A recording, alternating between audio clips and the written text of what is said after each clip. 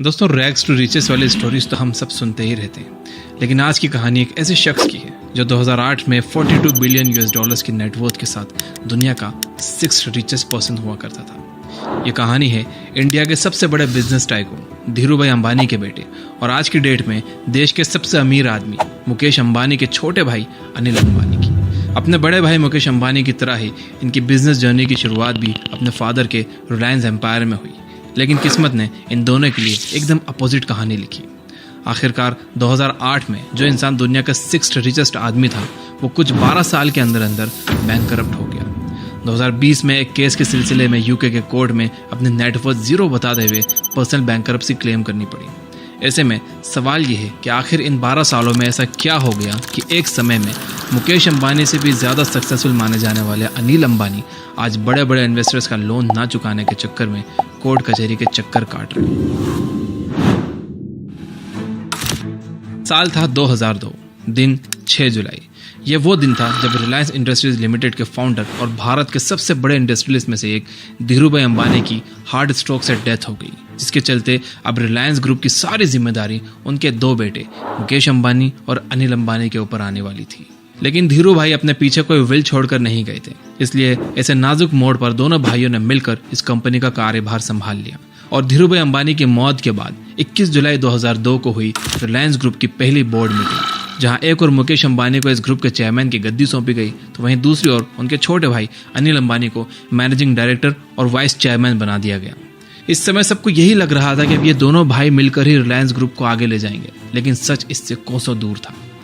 पर्दे के पीछे दोनों भाइयों के बीच कंपनी में अपनी अपनी डोमिनेंस बनाने की जंग छिड़ी हुई थी, जो बोर्ड मीटिंग्स में साफ देखी जा सकती थी। जहां एक तरफ अनिल अंबानी रिलायंस को एक अलग दिशा में ले जाना चाहते थे, तो वहीं दूसरी तरफ मुकेश अंबानी लगातार कंपनी में अनिल के डिसीजन मेकिंग पावर को कट करने की कोशिश कर रहे थे। इसी बीच 27 जुलाई 2004 को ही रिलायंस ग्रुप की बोर्ड मीटिंग में पहली बार मुकेश अंबानी की ओर से खुले तौर पर रिलायंस ग्रुप पर एक छत्र राज कायम करने की पहली कोशिश हुई, जिसमें उन्होंने सर्कुलर जारी करके अनिल की डिसीजन मेकिंग पावर्स को लगभग खत्म ही कर दिया। यूं तो दोनों भाइयों के बीच रिलायंस ग्रुप जैसी बड़ी कंपनी के बिजनेस मैनेजमेंट और कंट्रोल को लेकर खींचाताने जल्द ही नजर आने लगी थी, लेकिन मुकेश और अनिल अंबानी के बीच की ये दूरियां पहली बार पब्लिक के सामने तब उजागर हुई जब नवंबर 2004 में CNBC TV 18 को दिए गए एक इंटरव्यू में मुकेश अंबानी ने यह बात मानी कि रिलायंस के फ्यूचर प्रोस्पेक्ट्स और ऑनरशिप को लेकर दोनों भाइयों के बीच डिसएग्रीमेंट है, जिसके बाद ही दोनों भाइयों की आपसी रंजिश एक कड़वी पब्लिक बैटल में बदल गई। लेकिन अब भी दोनों भाई रिलायंस ग्रुप में साथ साथ बने रहे, लेकिन इस कहानी में एक ड्रामेटिक मोड़ अभी आना बाकी था। यूं तो नवंबर में दिए गए इंटरव्यू के बाद से ही दोनों भाई रिलायंस ग्रुप के प्रोबेबल स्प्लिट के लिए अपने अपनी ओर से तैयारियां करने लगे थे, लेकिन इसी बीच रिलायंस ग्रुप के इन दोनों उत्तराधिकारियों के बीच बढ़ती खींचतान को देखते हुए इनकी मां कोकिलाबेन ने वही किया जो दुनिया की कोई भी मां करती। उन्होंने दोनों के बीच के मसले को सुलझाने का बीड़ा खुद उठाया और इस काम के लिए उन्होंने JM मॉर्गन स्टैनले के चेयरमैन निमिष कंपानी और ICICI के चेयरमैन KV कामत की मदद ली। 28 दिसंबर 2004 यानी धीरूभाई अंबानी के बर्थडे पर कोकिलाबेन ने सारी अंबानी फैमिली को अपने फैमिली होम कफे पराडे स्थित सी विंड अपार्टमेंट के 10th फ्लोर पर जमा होने का आदेश दिया, जहां पर अंबानी फैमिली का श्रीनाथ जी का मंदिर भी है।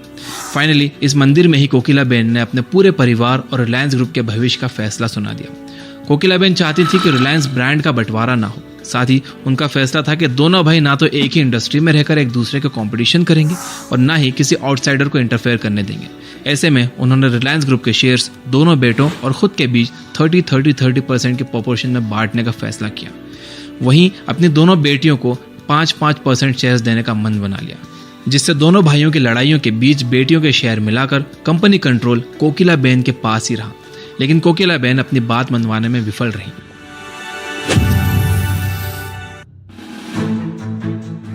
जून 2005 तक मीटिंग्स और काउंटर मीटिंग्स का दौर चलता रहा, लेकिन इसी बीच 18 जून 2005 को कोकिलाबेन अंबानी ने अचानक एक प्रेस कॉन्फ्रेंस बुलाकर यह अनाउंस कर दिया कि श्रीनाथ जी की कृपा से उनके दोनों बेटों के बीच चल रहा इशू फ्रेंडली तरीके से रिजॉल्व हो गया है।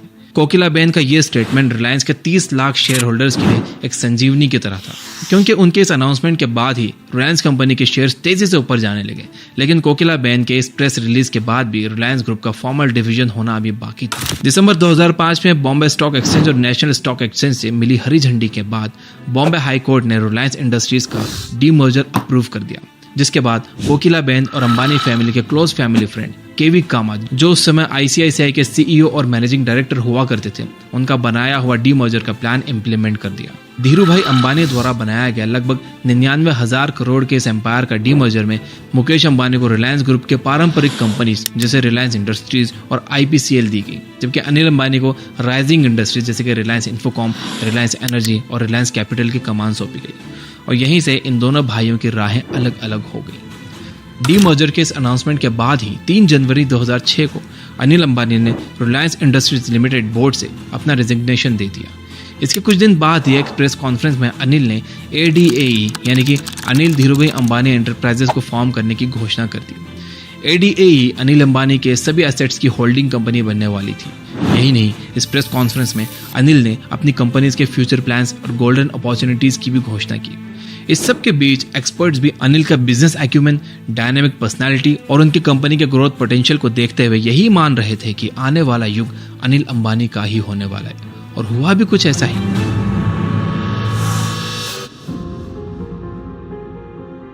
अनिल ने अपने पर्सनल वेंचर्स की शुरुआत रिलायंस ग्रुप के इस लॉन्ग अवेटेड डीमर्जर के फाइनल होने से पहले ही कर दी थी। 1 जुलाई 2005 में अनिल ने एंटरटेनमेंट इंडस्ट्री में अपना डेब्यू करते हुए फिल्म प्रोसेसिंग, प्रोडक्शन, एग्जीबिशन और डिजिटल सिनेमा से लिंक्ड एक कंपनी एडलैब्स फिल्म के मेजॉरिटी स्टेक्स खरीद लिए। फोर्ब्स के एनुअल लिस्ट के अनुसार 14.8 बिलियन US$ की नेटवर्थ के साथ अनिल अंबानी इंडिया के 3rd रिचेस्ट इंडिविजुअल बन चुके थे। इस लिस्ट में उनके आगे केवल लक्ष्मी मित्तल और अजीम प्रेमजी ही थे, यानी इस वक्त तक अनिल अपने भाई मुकेश अंबानी को भी पीछे छोड़ चुके थे। इसी बीच केजी बेसिन यानी कृष्णा गोदावरी रिवर बेसिन से सप्लाई होने वाली गैस को लेकर दोनों भाइयों के बीच एक बार फिर लीगल बैटल शुरू हो गई। इस मामले पर अनिल अंबानी ने फैमिली एग्रीमेंट का हवाला देते हुए अपने दादरी पावर प्रोजेक्ट के लिए मुकेश अंबानी की गैस सप्लाइंग कंपनी से चीपर रेट्स पर नेचुरल गैस की डिमांड की, जिसके बाद यह मामला सुप्रीम कोर्ट तक जा पहुंचा। जैसा कि हमने आपको बताया कि अनिल अंबानी द्वारा 2005 में एंटरप्रेन्योर मनमोहन शेट्टी से 350 करोड़ की खरीदी हुई मल्टीप्लेक्स चैन एडलैब्स जनवरी 2008 में आते आते इतनी बड़ी हो गई थी कि इंडिया और अब्रॉड में इसकी 700 से ज्यादा स्क्रीन थी, जिसके चलते Anil Ambani largest multiplex owner बन गए थे। फिर 18 जनवरी 2008 को अनिल अंबानी की रिलायंस पावर लिमिटेड के IPO ने एक नया रिकॉर्ड स्थापित कर दिया। ये IPO 1 मिनट के अंदर ही अपने ऑफर के 69 टाइम्स ऑर्डर अट्रैक्ट कर चुका था। ऐसे में अनिल अंबानी पर इन्वेस्टर्स का भरोसा साफ देखा जा सकता था। अनिल अंबानी की सभी लिस्टेड कंपनीज की कंबाइंड वैल्यूएशन 42 बिलियन US$ के अपने ऑल टाइम पीक पर पहुंच चुकी थी, जिसके चलते मार्च 2008 में रिलीज हुई फोर्ब्स की वर्ल्ड्स रिचेस्ट पर्सन की लिस्ट में अनिल अंबानी 6th रैंक पर पहुंच गए थे। ऐसे में अनिल अंबानी के चढ़ते सूरज को सब सलाम कर रहे थे। जुलाई 2008 में ही अनिल अंबानी के एंटरटेनमेंट बिजनेस ने famous American film director Steven Spielberg की प्रोडक्शन कंपनी के साथ 1.5 बिलियन US$ का जॉइंट वेंचर के तहत ड्रीमवर्क्स के बैनर के तले ग्लोबल प्लेटफॉर्म पर फिल्म बनाना शुरू की। यही नहीं, इन दोनों ने मिलकर हॉलीवुड में स्टूडियो बनाने का भी प्लान बनाया था। अनिल अंबानी के हॉलीवुड वेंचर के कड़ी में ही जुलाई 2009 में अनिल की कंपनी ने स्पीलबर्ग और स्टेसी स्नाइडर के साथ मिलकर नया प्रोडक्शन लॉन्च करने का प्लान किया, जिसके लिए अनिल की ओर से 825 मिलियन US$ की इनिशियल फंडिंग भी प्रोवाइड कराई गई। दोनों के बीच चल रहे इसी वेंचर्स ने आगे चलकर ऑस्कर्स 2012 में कमाल दिखाया। इसके चलते 84th एकेडमी अवार्ड्स में इस टाइप की मूवीज को 11 कैटेगरीज में नॉमिनेट किया गया, जिसमें एकेडमी अवार्ड विनिंग लिंकन भी शामिल है। लेकिन इस बीच देखते ही देखते अनिल अंबानी के सूरज ने अस्त होना शुरू कर दिया, और यहीं से शुरू हुआ अनिल अंबानी के डाउनफॉल का फेज।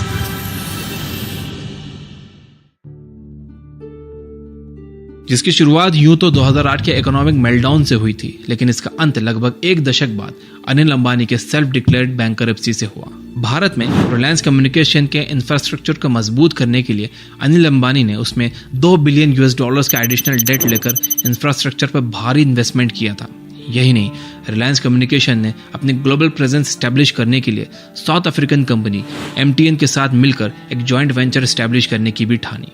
अनिल को उम्मीद थी कि जिस तरह 2008 में रिलायंस कम्युनिकेशन इंडिया की लीडिंग कम्युनिकेशन कंपनी थी, ठीक वैसे ही इस जॉइंट वेंचर के बाद उसकी सफलता में 4 चांद लग जाएंगे और उनका कर्जा भी चूक जाएगा। लेकिन रिलायंस कम्युनिकेशन के मुकेश अंबानी की फर्म्स के साथ चल रहे लीगल इश्यूज की वजह से 18 जुलाई 2008 को MTN ने इस डील से अपने हाथ खींच लिए। केजी बेसिन पर सुप्रीम कोर्ट ने अपना वर्डिक्ट देते हुए मुकेश अंबानी को गवर्नमेंट द्वारा तय किए गए रेट्स पर ही गैस सप्लाई करने के आदेश दिए। यह अनिल अंबानी के लिए एक बड़ा झटका था, लेकिन इससे भी बड़ा झटका अभी लगना बाकी था, क्योंकि इसके ठीक बाद अंबानी भाइयों के बीच डीमर्जर के वक्त किया गया हुआ नॉन कॉम्पीट क्लॉज भी स्क्रैप कर दिया गया। यानी अब दोनों एक ही इंडस्ट्री में कॉम्पीट कर सकते थे। नॉन कॉम्पीट क्लॉज के स्क्रैप होते ही एक बार फिर मुकेश अंबानी ने टेलीकॉम स्पेस में अपने कदम रखे। इसके लिए रिलायंस इंडिया लिमिटेड ने 4,800 करोड़ रुपए में इन्फोटेल ब्रॉडबैंड को खरीद लिया। इंडिया के इनफेमस 2G स्कैंडल में अप्रैल 2011 में अनिल अंबानी के मैनेजिंग डायरेक्टर और 2 vice president misprized mobile network licence acquire करने के शक में गिरफ्तार कर लिए गए, जहां इन सभी पर इल्जाम था कि रिलायंस कम्युनिकेशन से जुड़ी कंपनीज के लिए ये लाइसेंसेस उनके शेयर्स के प्राइसेस को आर्टिफिशियली बढ़ाने के लिए लिए जा रहे हैं। इस सिलसिले में सीबीआई ने अनिल अंबानी के 2G स्पेक्ट्रम घोटाले में कथित तौर पर इन्वॉल्वमेंट को लेकर पूछताछ भी की। नतीजा यह हुआ कि अनिल अंबानी की नेटवर्थ 4 फोल्ड्स गिरकर $8.8 बिलियन पर पहुंच गई।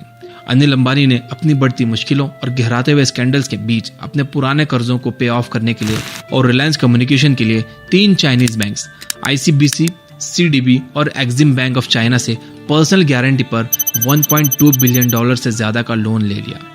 सितंबर 2010 के सुप्रीम कोर्ट के फैसले के चलते हुए बढ़ी हुई गैस कीमतों और लैंड एक्विजिशन में आ रही दिक्कतों का हवाला देते हुए अनिल अंबानी ने दादरी पावर प्रोजेक्ट से अपने हाथ खींच लिए और इसके साथ अनिल अंबानी का एक और ड्रीम प्रोजेक्ट ध्वस्त हो गया और दिसंबर 2014 में रिलायंस एंटरटेनमेंट ने बिग सिनेमा कार्निवल ग्रुप को बेच दिया। इतना ही नहीं, 2016 का फाइनेंशियल ईयर एंड होते होते अनिल अंबानी की बहुत सी कंपनीज कर्जे और ऑपरेशनल ट्रबल्स में फंस चुकी थी। जहां एक और रिलायंस पावर को अपने एसेट्स सेल करने पड़ रहे थे, तो वहीं दूसरी ओर अब तक बीते 3 सालों में ही रिलायंस कम्युनिकेशन ने अपना 98% वैल्यूएशन खो दिया था, जिसके चलते अनिल अंबानी की नेटवर्थ गिरकर $2.5 बिलियन ही रह गई थी। सितंबर 2016 मुकेश अंबानी ने जियो को लॉन्च करके इंडियन टेलीफोनी मार्केट को बदल कर रख दिया। लो टैरिफ और सुपीरियर इंफ्रास्ट्रक्चर के बल पर मुकेश अंबानी ने जियो के 4G नेटवर्क को घर घर तक पहुंचा दिया, जिससे न केवल इंडियन मोबाइल टेलीफोनी मार्केट बल्कि अनिल अंबानी को भी बड़ा झटका लगा। सितंबर 2017 में एरिक्सन ने अपने और रिलायंस कम्युनिकेशन के बीच हुए multi year managed services agreement को रिलायंस की ओर से हो रही पेमेंट डिलेज की वजह से तोड़ दिया।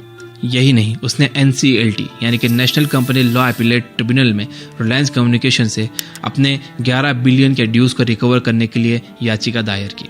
2018 आते आते एरिक्सन और रिलायंस कम्युनिकेशन का विवाद NCLT से निकलकर सुप्रीम कोर्ट जा पहुंचा, जिसने तेजी से डाउन होते अनिल अंबानी के एम्पायर की मुश्किलें और बढ़ा दी।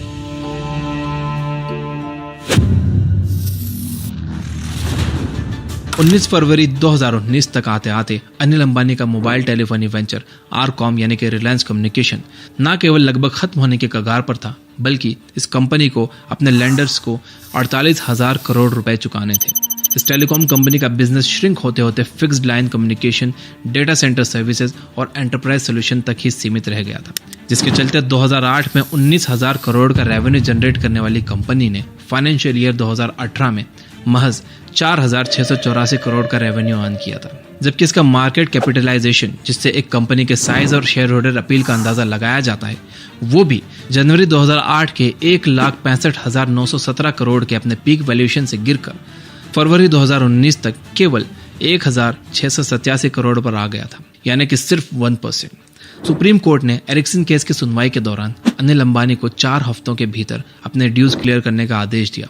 साथ ही अनिल के पिछले रवैये और कंटेम्प्ट ऑफ कोर्ट को देखते हुए उन्हें ऐसा ना करने पर 4 हफ्तों बाद जेल भेजे जाने का भी आदेश दिया। इसी बीच 22 फरवरी 2019 को आई वैल्यूएशन रिपोर्ट से पता चलता है कि अनिल अंबानी की सारी लिस्टेड कंपनीज की कंबाइंड वैल्यूएशन केवल 24,922 करोड़ रुपए है, जिसके बाद अनिल अंबानी ने एक नया रिकॉर्ड दर्ज किया, लेकिन यह रिकॉर्ड था दुनिया में सबसे तेज गिरावट का।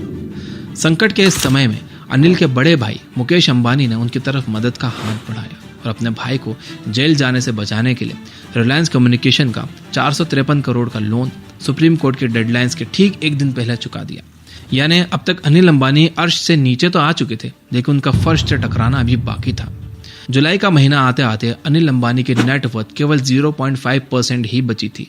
ऐसे में main stream media Anil Ambani को बीते 100 सालों में अपने शेयर होल्डर्स की वेल्थ का फास्टेस्ट डिस्ट्रॉयर बताने लगी। 2012 में अनिल अंबानी द्वारा 3 चाइनीज बैंक से पर्सनल गारंटी पर लिया हुआ लोन अभी चुकाना बाकी था। ऐसे में अनिल अंबानी की ओर से हो रहे डिफॉल्ट्स को देखते हुए उन्हें इन बैंक्स ने यूके में स्यू कर दिया, जहां पर 7 फरवरी 2020 को इस रिच बिलियनियर ने कोर्ट को बताया कि उनकी लायबिलिटीज को देखते हुए उनकी नेट वर्थ 0 है। ऐसे में अपनी पॉवर्टी, लिक्विडिफिएबल या मीनिंगफुल पर्सनल एसेट ना होने का हवाला देते हुए पर्सनल बैंकरप्सी क्लेम कर दी। और ऐसे एक समय में 42 बिलियन US की नेटवर्थ क्लेम करने वाले अनिल अंबानी की नेटवर्थ टेक्निकली $0 हो गई। हालांकि ये अलग बात है कि अनिल अंबानी की वाइफ और उनके दूसरी फैमिली मेंबर्स अभी भी बिलियनियर्स ही हैं, जिनके पोजीशन में मिलियंस ऑफ डॉलर्स के यॉश, cars, jet planes, prime properties और ना जाने क्या क्या है। यही नहीं, अक्टूबर 2021 में रिलीज हुए पेंडोरा पेपर्स में अनिल अंबानी के 1.3 बिलियन US के ऑफशोर अकाउंट्स का भी खुलासा हुआ है। लेकिन इस सब के बीच भी ऑन पेपर्स अनिल अंबानी अब दुनिया के रिचेस्ट बिलियनर्स की लिस्ट से दूर सेल्फ अक्लेम बैंक करप्ट्स की लिस्ट में खड़े नजर आते हैं। अनिल अंबानी पर बनाई हुई ये केस स्टडी अगर आपको अच्छी लगी हो तो कमेंट में यस जरूर लिख देना और वीडियो को लाइक कर देना। और अगर यहाँ तक देख रहे हो तो भी यस जरूर लिखना, ताकि मुझे पता चल जाए कि कौन कौन यहाँ तक देख रहा है। Finally, you guys are amazing, keep reading, keep learning, keep growing.